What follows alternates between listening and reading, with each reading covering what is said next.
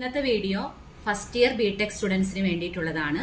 Discrete മാത്തമാറ്റിക്സിലെ module 2-ൽ നിന്ന് എക്സാമിന് ചോദിക്കാൻ സാധ്യതയുള്ള വളരെ ഇമ്പോർട്ടൻ്റ് ആയിട്ടുള്ള ക്വസ്റ്റ്യൻസ് ആണ് ഈ വീഡിയോയിൽ ഡിസ്കസ് ചെയ്യുന്നത്. ഈ ക്വസ്റ്റ്യൻസ് എക്സാമിന് ഉറപ്പായിട്ടും ചോദിക്കും. നമുക്ക് ക്വസ്റ്റ്യൻസിലേക്ക് പോകാം. First question, using truth table verify the logical equivalence P implies Q or R if and only if negation R implies P implies Q.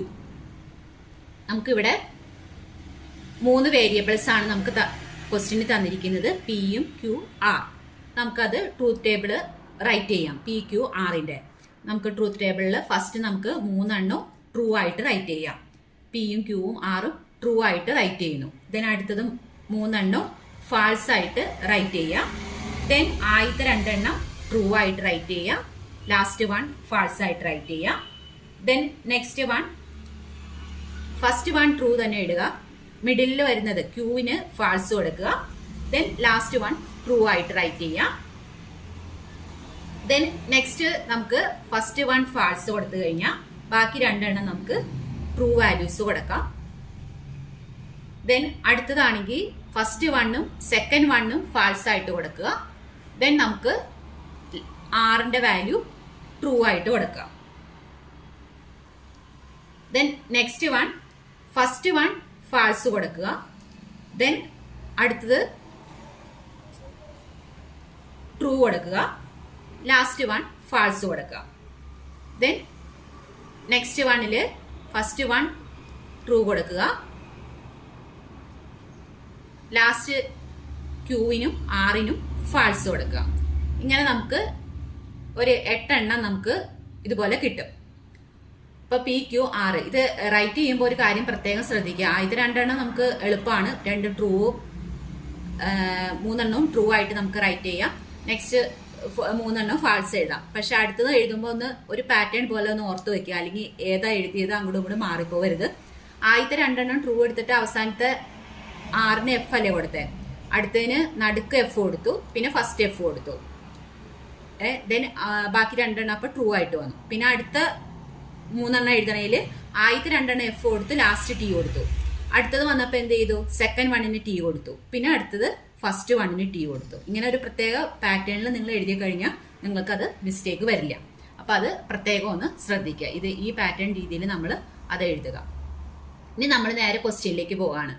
P implies Q or R എന്നാ പറഞ്ഞിരിക്കുന്നത്. അപ്പൊ നമുക്ക് ആദ്യം ക്യൂ ഓർ ആർ നമുക്ക് അറിഞ്ഞിരിക്കണം. ഈ Q or R ആണ് ഇനി അടുത്ത നമ്മൾ റൈറ്റ് ചെയ്യേണ്ടത്, ക്യൂ ഓർ ആർ. അത് പറയുന്ന നേരത്ത് ഞാൻ ഒരു കാര്യം കൂടി നിങ്ങളെ പറഞ്ഞു ഓർമ്മിപ്പിക്കുകയാണ്.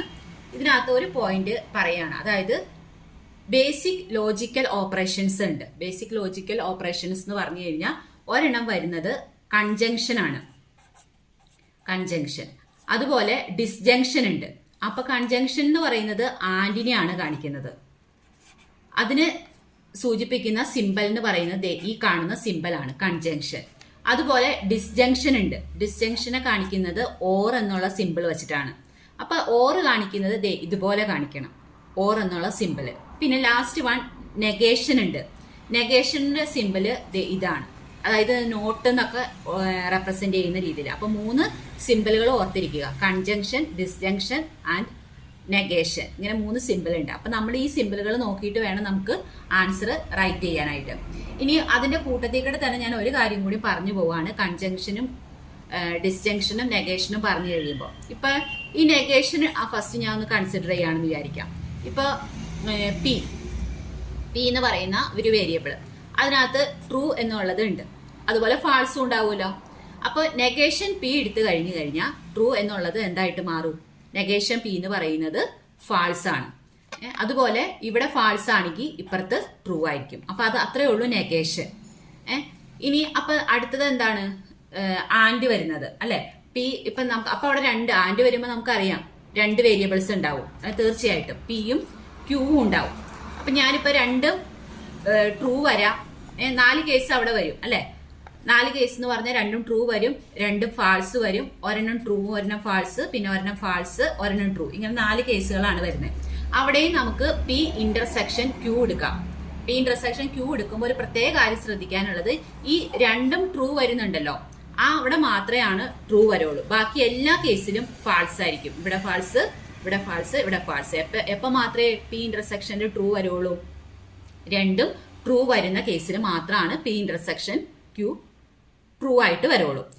ഇനി അടുത്തത് ഓർ വരുന്ന കേസാണ്. അപ്പൊ പി ഓർ ക്യൂ ആണ് വരുന്നത്. P or Q. അപ്പൊ ഇത് തന്നെ ഞാൻ തുടർച്ചയായിട്ട് പറഞ്ഞു പോവാണ്. പി ഓർ ക്യൂ എന്ന് പറയുന്നത് ഇവിടെ നമുക്ക് രണ്ട് ട്രൂ വന്നു കഴിഞ്ഞപ്പോഴും ട്രൂ തന്നെയാണ്.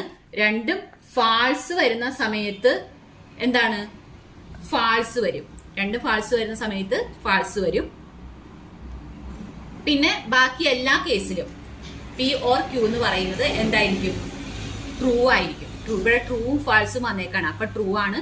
ഇവിടെ ഫാൾസും ട്രൂവും വന്നേക്കാണ്. അപ്പോഴും ട്രൂ ആണ്. അപ്പൊ രണ്ടും ഫാൾസ് വരുന്ന കേസിൽ മാത്രമാണ് എന്ത് വരുന്നത്? ഫാൾസ് വരുള്ളൂ. പി ഓർ ക്യൂ എന്ന് പറയുന്നത്. അപ്പൊ ഈ ഒരു പോയിന്റ് നമ്മൾ എപ്പോഴും ഓർത്തിരിക്കുക. രണ്ടും ഫാൾസ് വരുന്ന കേസിൽ മാത്രമാണ് ഫാൾസ് എഴുതേണ്ടതായിട്ട് ഉള്ളൂ. അല്ലാത്ത കേസിലൊക്കെ നമുക്കത് ട്രൂ ആണ്. അപ്പൊ ഇവിടെ നമുക്ക് ഇപ്പൊ നമ്മുടെ ക്വസ്റ്റ്യനിലേക്ക് പോന്നു കഴിഞ്ഞാൽ ക്യൂ ഓർ ആർ വരെ എത്തി. ക്യൂ ഓർ ആർ വരെ നമ്മൾ ഫൈൻഡ് ഔട്ട് ചെയ്യാനായിട്ട് എത്തിയിരിക്കുകയാണ്. അപ്പൊ നമുക്ക് അതൊന്ന് റൈറ്റ് ചെയ്യാൻ ഇപ്പൊ നമുക്ക് നേരത്തെ പറഞ്ഞത് വെച്ച് വളരെ എളുപ്പമാണ്. നേരത്തെ പറഞ്ഞതിൽ നമ്മൾ പറഞ്ഞു എന്താണ്? രണ്ട് ഫാൾസ് വരുമ്പോൾ മാത്രമാണ് ഫാൾസ് വരുള്ളൂ എന്ന്.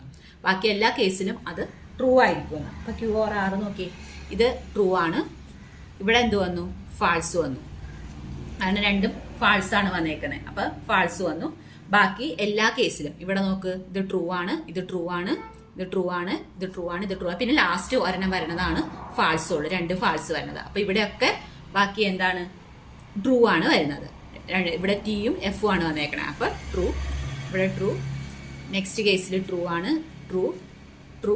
ഇവിടെ മാത്രം ഫാൾസ് വരും. അപ്പൊ നമ്മുടെ ക്യൂ ഓർ ആറിന്റെ കാര്യം നമ്മുടെ ആൻസറിൽ നമ്മൾ എഴുതി കഴിഞ്ഞു. ഇനി അടുത്തത് എന്താണ് നമുക്ക് കാണേണ്ടത്? P implies Q or R നമുക്ക് കാണണം. P implies Q or R ആണ് ഈ LHS ഭാഗത്ത് കിടക്കുന്നത്. അപ്പൊ നമുക്ക് P implies Q or R നമുക്ക് കാണാം. P implies Q or R. ഈ P implies Q or R കാണുമ്പോൾ പി ഇവിടെ കിടക്കുന്നു, ഇതാണ് ക്യൂ ഓർ ആർ. രണ്ടും ട്രൂ വന്നേക്കാണ്. രണ്ടും ട്രൂ വന്നിരുന്ന കേസിൽ ട്രൂ തന്നെയാണ് അവിടെ ആൻസർ വരിക. ഇനി രണ്ടും ഫാൾസ് വരികയാണ്. അവിടെ പി ഇംപ്ലൈസ് ക്യൂ ഓർ ആറിന്റെ കേസിൽ പി ഇംപ്ലൈസ് ക്യൂ ആയിക്കോട്ടെ, എങ്ങനെയായാലും അത് എന്താണ്? രണ്ടും ഫാൾസ് വന്നാൽ അത് ട്രൂ തന്നെയാണ്. അടുത്തത് മൂന്നാമത്തെ കേസിൽ രണ്ട് ട്രൂ തന്നെയാണ്. അപ്പൊ നമുക്ക് അവിടെ ട്രൂ തന്നെ എഴുതാം. അടുത്തതും ട്രൂ തന്നെയാണ്. ദെൻ അടുത്തത് ഫാൾസ്, പി ഫാൾസ് ആണ്, ക്യൂ ഓർ ആർ ട്രൂ ആണ്. ആ കേസിലും എന്ത് തന്നെയാണ്? ട്രൂ തന്നെയാണ് വരുന്നത്. False, true. അപ്പൊ അവിടെയും ട്രൂ തന്നെയാണ് വരുന്നത്. ഫാൾസ്, ട്രൂ, അവിടെയും ട്രൂ തന്നെയാണ് വരുന്നത്. എന്നാൽ ലാസ്റ്റ് വരുന്നത് എന്താ? True false. ട്രൂ ഫാൾസ് അല്ലെ? പി ഇംപ്ലൈസ് ക്യൂ ഓർ ആറിൽ പി ട്രൂവും ക്യൂ ഫാൾസും ആണ്. അതായത് ട്രൂവിൽ നിന്ന് ഫാൾസിലേക്കാണ് അത് പോകുന്നത്. അത് അവിടെ വരുമ്പോൾ അത് ഫാൾസ് ആണ്. അപ്പൊ ഇവിടെ മാത്രമാണ്, അതായത് ട്രൂവിൽ നിന്ന് ഫാൾസിലേക്ക് പോകുമ്പോൾ മാത്രമാണ് എന്ത് വരുന്നത്?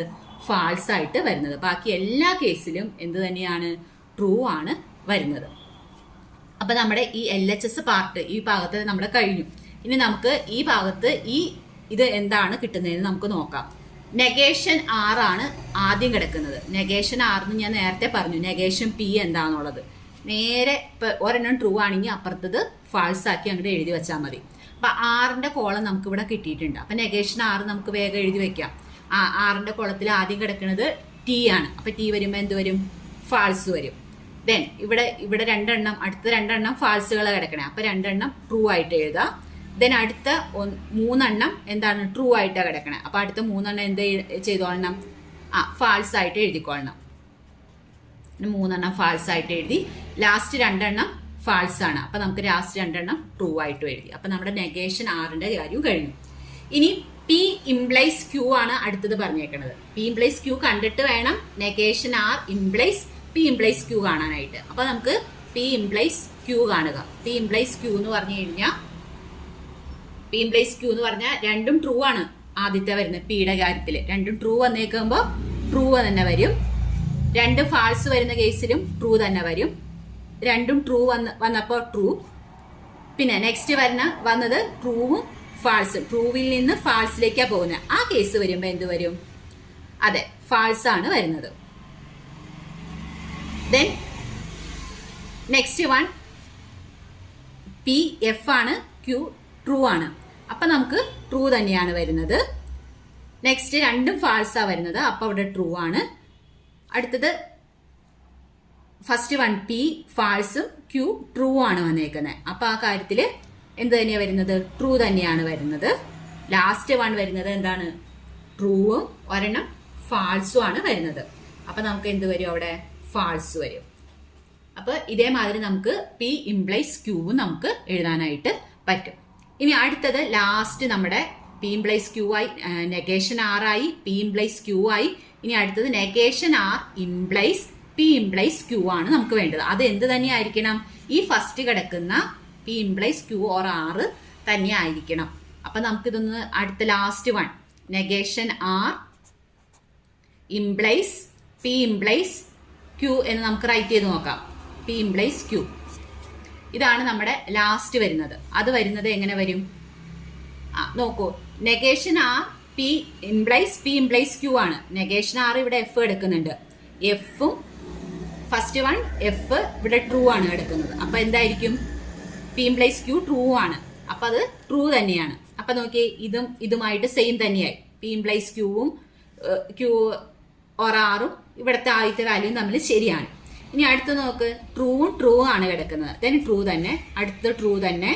രണ്ട് ഫാൾസ് വരുന്ന കേസിലും ട്രൂ തന്നെ, ഫാൾസും ട്രൂവും വന്നിരിക്കുന്നു. ആ കേസിലും എന്ത് തന്നെയാണ് വരുന്നത്?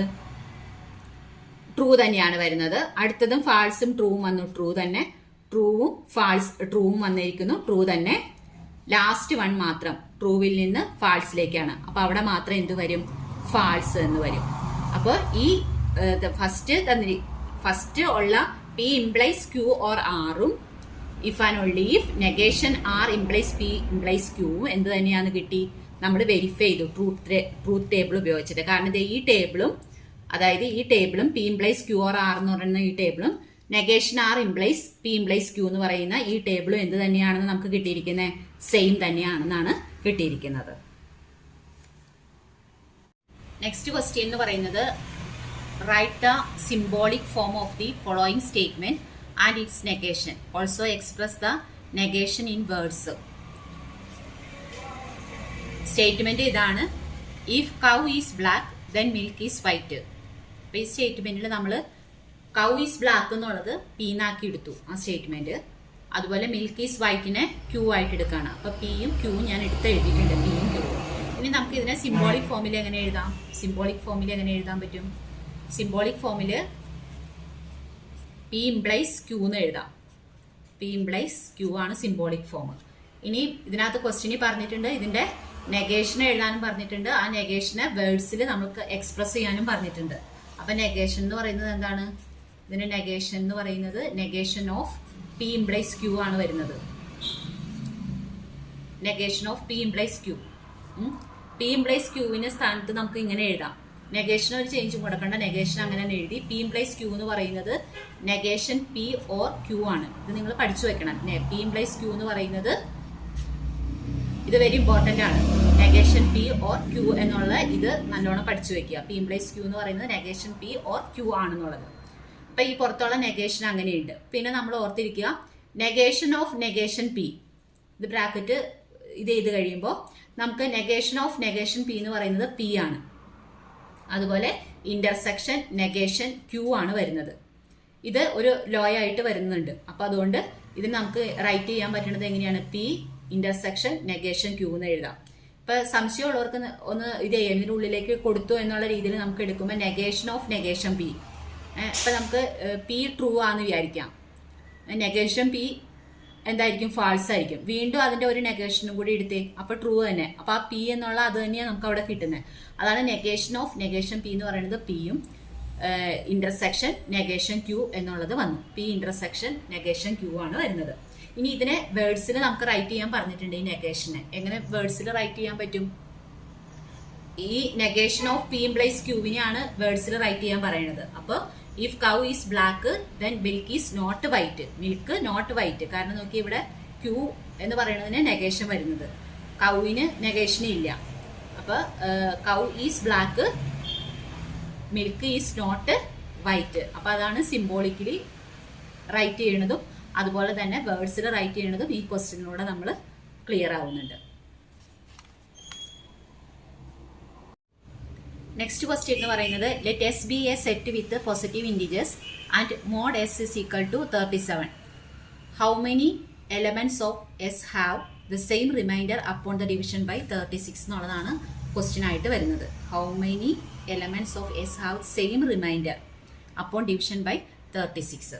ഓക്കെ, അപ്പം നമുക്കിവിടെ 36 ആണ് ഡിവിഷൻ ചെയ്യേണ്ട ആ number, positive integer. When a positive integer is divided by 36 നമുക്ക് റിമൈൻഡേഴ്സ് ആയിട്ട് കിട്ടുന്നത് 0, 1, 2, 3 അങ്ങനെ 35 വരെയുള്ള നമ്പേഴ്സ് കിട്ടും. എന്ന് പറഞ്ഞു കഴിഞ്ഞാൽ നമുക്ക് ഒരു 36 പോസിബിൾ റിമൈൻഡേഴ്സ് അവിടെ വരുന്നുണ്ട്. അതായത് നമ്പർ ഓഫ് റിമൈൻഡേഴ്സ് എത്ര വരുന്നുണ്ട്? നമ്പർ ഓഫ് റിമൈൻഡേഴ്സ് 36 വരും. 36 and number of elements in S എത്രയാണെന്ന് നമുക്ക് ഗിവൺ. എസ് എന്ന് പറയുന്ന സെറ്റിലെ നമ്പേഴ്സ് എത്രയാണെന്ന് തന്നിട്ടുണ്ട്, ഇൻഡിജേഴ്സ് എത്രയാണെന്ന് തന്നിട്ടുണ്ട്. എത്രയാണ്? 37. Number of elements in S എന്ന് പറയുന്നത് 37 വരുന്നത്. ഇനി ഇവിടെ നമ്മൾ അപ്ലൈ ചെയ്യുന്ന റൂൾ എന്ന് പറയുന്നത്, ഇവിടെ നമുക്കൊരു റൂൾ അപ്ലൈ ചെയ്യാനുണ്ട്. പിജിഎം ഫോൾ പ്രിൻസിപ്പൽ എന്ന് പറയുന്ന പ്രിൻസിപ്പിൾ നമ്മളിവിടെ അപ്ലൈ ചെയ്യാണ്. ഞാൻ പ്രിൻസിപ്പലിന്റെ ഡീറ്റെയിൽസിലേക്ക് പോകുന്നില്ല, പക്ഷെ ഞാൻ ഇവിടെ ഒരു ഫോർമുല മാത്രം ഞാൻ എൻ്റെ എക്സ്പ്ലെയിൻ ചെയ്യാൻ പോവാണ്. ഫോർമുല ഇതാണ്, m-1 divided by n plus 1 എന്നുള്ളതാണ് അതിൻ്റെ ഫോർമുല വരുന്നത്. ഇതിൽ നിന്ന് ഇതിന്റെ ആൻസർ കാണുമ്പോൾ തന്നെ നമുക്ക് എത്ര റിമൈൻഡർ ആണ് വരുന്നത്, സെയിം റിമൈൻഡർ എത്ര എണ്ണം വരും എന്നുള്ളത് നമുക്ക് ഇവിടെ ആൻസർ ആയിട്ട് കിട്ടും. ഈ പ്രിൻസിപ്പിൾ നമ്മൾ യൂസ് ചെയ്ത് കഴിഞ്ഞാൽ m-1 ബൈ n പ്ലസ് 1 എന്നുള്ള പ്രിൻസിപ്പിൾ യൂസ് ചെയ്ത് കഴിഞ്ഞാൽ, ഇവിടെ m എന്ന് പറയുന്നത് എന്താണ്? 37 ആണ്. Number of elements in S ആണ്, അതായത് 37 ആണ് m. -1 ഡിവൈഡഡ് ബൈ n എന്ന് പറയുന്നത് നമ്പർ ഓഫ് റിമൈൻഡേഴ്സ് എത്രയാണ്? 36 ആണ്. ബ്രാക്കറ്റ് ഇടുക, പ്ലസ് 1 എന്ന് ഇടുക. 37 മൈനസ് 1 എന്ന് പറഞ്ഞു കഴിഞ്ഞാൽ 36 ആണ് വരുന്നത്. 36 വരും. അപ്പം 36 ബൈ 36 എന്ന് വരും. പ്ലസ് ഒരു 1 കൂടി വരുന്നുണ്ട്. 36 ബൈ 36 1 പ്ലസ് 1 2 ആണ് നമ്മുടെ ആൻസർ ആയിട്ട് വരുന്നത്. എന്ന് വെച്ച് കഴിഞ്ഞാൽ എത്ര സെയിം റിമൈൻഡർ വരും? 2 ആണ് അവിടെ സെയിം ആയിട്ട് വരുന്ന റിമൈൻഡറുകളുടെ എണ്ണം. ഓക്കെ, ഞാൻ എഴുതി കഴിഞ്ഞ പിന്നെയാണ് നോക്കിയത്, റെക്കോർഡ് ഓൺ ചെയ്തിട്ടുണ്ടായിരുന്നില്ല. അതുകൊണ്ട് ഞാൻ ജസ്റ്റ് ഒന്നും കൂടി ക്വസ്റ്റ്യൻ വായിക്കുകയാണ്. For the following statement state the converse, inverse and contrapositive four all real numbers x if x square plus 4x minus 21 greater than 0 then X greater than 3 or x less than 7. ഇവിടെ നമുക്ക് ഒരു statement തന്നിട്ടുണ്ട് ആണല്ലോ. Four all real numbers x if x square plus 4x minus 21 greater than 0 then x greater than 3 or x less than 7. ഇവിടെ നമുക്ക് converse എന്താണെന്ന് അറിയണം, inverse എന്താണെന്ന് അറിയണം, കോൺട്രാപോസിറ്റീവ് എന്താണെന്ന് അറിയണം. എന്താണ് കോൺവേഴ്സ്? ഒരു സ്റ്റേറ്റ്മെന്റ് തന്നു കഴിഞ്ഞാൽ പി ക്യൂ, രണ്ട് സ്റ്റേറ്റ്മെന്റ് തന്നിട്ടുണ്ട്. പി ഇംപ്ലൈസ് ക്യൂവിൽ ക്യൂ ഇംപ്ലൈസ് പി ആയിട്ട് റൈറ്റ് ചെയ്യുമ്പോഴാണ് അത് കോൺവേഴ്സ് ആവുന്നത്. അപ്പം നമുക്കിവിടെ given statement P implies Q ആണ്. ദെൻ നമുക്കതിനെ ക്യൂ ഇംപ്ലൈസ് പി ആയിട്ട് എഴുതുമ്പോഴാണ് നമുക്കത് കോൺവേഴ്സ് ആയിട്ട് മാറുന്നത്. ദെൻ അടുത്തത് ഇൻവേഴ്സ് ആണ്. ഇൻവേഴ്സ് എന്ന് പറഞ്ഞു കഴിഞ്ഞാൽ negation of P implies negation of Q ആണ് inverse. Negation of P implies negation Q ആണ് ഇൻവേഴ്സ്. കോൺട്രാപോസിറ്റീവ് എന്ന് പറയുമ്പോൾ വീണ്ടും തിരിച്ചു വരണം, അതായത് negation Q implies negation P. അങ്ങനെ 3 കേസുകളാണ് അവിടെ വരുന്നത്. പി ഇംപ്ലൈസ് ക്യൂ ഉണ്ട് എന്ന് പറയുന്ന ആ സ്റ്റേറ്റ്മെന്റിൽ നിന്ന് നമുക്ക് 3 കാര്യങ്ങൾ വരും: കോൺവേഴ്സ്, ഇൻവേഴ്സ് ആൻഡ് കോൺട്രാപോസിറ്റീവ്. ഇപ്പം നമുക്ക് തന്നിരിക്കുന്ന ഗിവൺ സ്റ്റേറ്റ്മെന്റ് ആയിരുന്ന ഫോർ ഓൾ റിയൽ നമ്പേഴ്സ്, അതിന് ഞാൻ ഫോർ ഓൾ ഇട്ട് കൊടുത്തു. For all real numbers x if x square plus 4x minus 21 greater than 0. X square plus 4x minus 21 greater than 0 അത് അങ്ങനെ തന്നെ എഴുതി. Implies x greater than 3 or x less than 7. ഓറിന്റെ simple ഇട്ട് കൊടുത്തു. X greater than 3 or x less than 7. ഇതാണ് നമ്മുടെ P implies Q. ഇനി നമുക്ക് ഇതിനകത്ത് ക്യൂ ഇംപ്ലൈസ് പി ആണ് നമുക്ക് വേണ്ടത് അടുത്തതായിട്ട്. അതായത് കോൺവേഴ്സ് നമുക്ക് എഴുതണം. കോൺവേഴ്സ്, ഇതിന്റെ കോൺവേഴ്സ് എഴുതുന്നത് എങ്ങനെയാണ്? ക്യൂ ഇംപ്ലൈസ് പി ആണ് കോൺവേഴ്സ് ആയിട്ട് വരുന്നത്. അപ്പൊ നമുക്ക് കോൺവേഴ്സ് റൈറ്റ് ചെയ്യാം. ഫോർ എവരി എഴുതുക. ദെൻ എന്ത് ചെയ്യുക? ഇവിടെ കിടക്കുന്നത് ഇവിടെ എന്താണ്? X greater than 3 or x less than 7. അതിവിടെ ഫസ്റ്റ് വരും. X greater than 3 or x less than 7. then implies x square plus 4x minus 21 greater than 0. ഇതാണ് നമ്മുടെ എന്ത്? കോൺവേഴ്സ്. കോൺവേഴ്സ് എഴുതാൻ പറഞ്ഞാൽ ഇത്ര എഴുതിയാൽ മതി. ഇനി അടുത്തത് എന്താണ്? ഇൻവേഴ്സ് റൈറ്റ് ചെയ്യാനാണ് പറഞ്ഞേക്കുന്നത്. ഇൻവേഴ്സിന്റെ കാര്യം ഞാൻ പറഞ്ഞിരുന്നു. എങ്ങനെയാണ് ഇൻവേഴ്സ് റൈറ്റ് ചെയ്യണേ? ഇൻവേഴ്സ് എന്ന് പറയുന്നത് negation P implies negation Q ആണ് ഇൻവേഴ്സ് ആയിട്ട് വരുന്നത്. Negation P implies negation Q. അപ്പൊ നമ്മുടെ പി എന്താണ്? പി എന്ന് പറയുന്നത് X square plus 4x minus 21 greater than 0 ആണ്. അതിന്റെ നെഗേഷൻ എടുക്കണം. അപ്പൊ നമുക്ക് നോക്കാം. For all X, for every X എന്താണ് നമുക്ക് റൈറ്റ് ചെയ്യേണ്ടത്? X square plus 4x minus 21. ഇവിടെ ഗ്രേറ്റർ ദാൻ 0 ആണ് കിടക്കുന്നത്. അത് നെഗേഷനിലേക്ക് വരുമ്പോൾ എന്ത് വരും? Less than or equal to 0 വരും. Less than or equal to 0. Then ഇംപ്ലൈസിന്റെ ചിഹ്നം കൊടുക്കുക. ദെൻ ക്യൂവിന്റെ സ്ഥാനത്ത് കിടക്കുന്നത് എക്സ് ഗ്രേറ്റർ ദാൻ 3 ആണ്. അപ്പൊ അത് ഇവിടെ വരുമ്പോൾ എന്ത് വരും? നെഗേഷൻ ക്യൂവിലേക്ക് വരുമ്പോൾ എന്ത് വരും? നെഗേഷൻ ക്യൂവിലേക്ക് വരുമ്പോൾ X less than or equal to 3 വരും. X less than or equal to 3.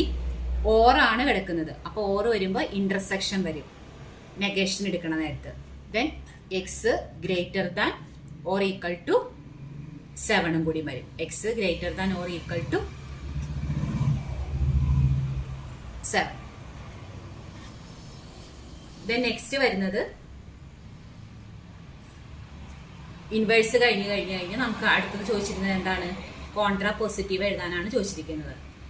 അപ്പൊ നമുക്ക് കോൺട്രാ പോസിറ്റീവ് ആണ് നമുക്ക് അടുത്തത് എഴുതേണ്ടത്.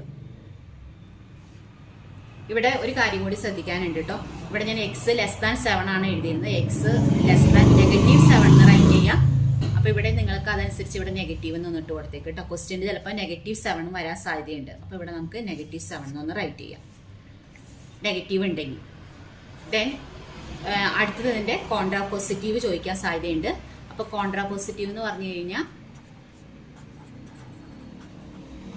ഇതുപോലെ തന്നെ negation of Q implies negation of P ആണ് വരുന്നത്. Negation of Q implies negation of P. ഇതുപോലെ തന്നെ സെയിം ഇതായിട്ട് തന്നെ എഴുതാം. ഫോർ എവരി എക്സ് എന്താണ്? നെഗേഷൻ ആണ്. ക്യൂ ആണ് ആദ്യം വരേണ്ടത്. അപ്പൊ ക്യൂ എന്ന് പറയുന്നത് ഇതാണ്. X less than or equal to 3 intersection X greater than or equal to -7. അതല്ല 7 ആണ് ചോദിച്ചേക്കണേ, അതനുസരിച്ച് നമുക്ക് കൊടുക്കാം. എന്താണ് വാല്യൂ വരുന്നത് അതനുസരിച്ച് കൊടുക്കുക. -7 ഇംപ്ലൈസ് നമ്മുടെ ഈ പിയുടെ ഭാഗത്ത് വരുന്നത്, നെഗേഷൻ പിയുടെ ഭാഗത്ത് വരുന്നത് X square plus 4x minus 21. X square plus 4x minus 21 less than or equal to 0. ഇതാണ് നമ്മുടെ എന്താണ് കോൺട്രാ പോസിറ്റീവായിട്ട് എഴുതുന്നത്. അപ്പൊ 3 കാര്യങ്ങൾ നമ്മുടെ അവിടെ പഠിച്ചു കഴിഞ്ഞു. Converse, inverse, contrapositive. Next question എന്ന് പറയുന്നത് show that negation of P implies Q implies negation Q is a tautology using truth table. Tautology എന്ന് വെച്ചാൽ ഇതിന്റെ നമ്മൾ ടേബിൾ വരച്ചു കഴിയുമ്പോൾ എല്ലാം ട്രൂ ആയിട്ട് നമുക്ക് കാണണം അവസാനത്തെ കോളം. അതായത് നെഗേഷൻ ഓഫ് പി ഇംപ്ലൈസ് ക്യൂവും ട്രൂ ആയിരിക്കണം, നെഗേഷൻ ക്യൂവും ഇംപ്ലൈസ് നെഗേഷൻ ക്യൂ എന്ന് പറയുന്നത് ട്രൂ ആയിരിക്കണം. ഓക്കെ, അപ്പം നമുക്ക് അത് ടേബിൾ വരച്ച് നമുക്ക് പ്രൂവ് ചെയ്യേണ്ട ക്വസ്റ്റ്യൻ ആണ്. അപ്പം നമ്മൾ പിയും ക്യൂവും എടുത്ത് റൈറ്റ് ചെയ്യാണ്. പി എന്ന് പറയുന്നത് ഞാൻ നേരത്തെ പറഞ്ഞിരുന്നു, രണ്ടും ട്രൂ ആവുന്ന കേസ് ഉണ്ട്. പിയും ക്യൂവും ട്രൂ ആവുന്ന സ്റ്റേറ്റ്മെന്റുകൾ ഉണ്ടാവും.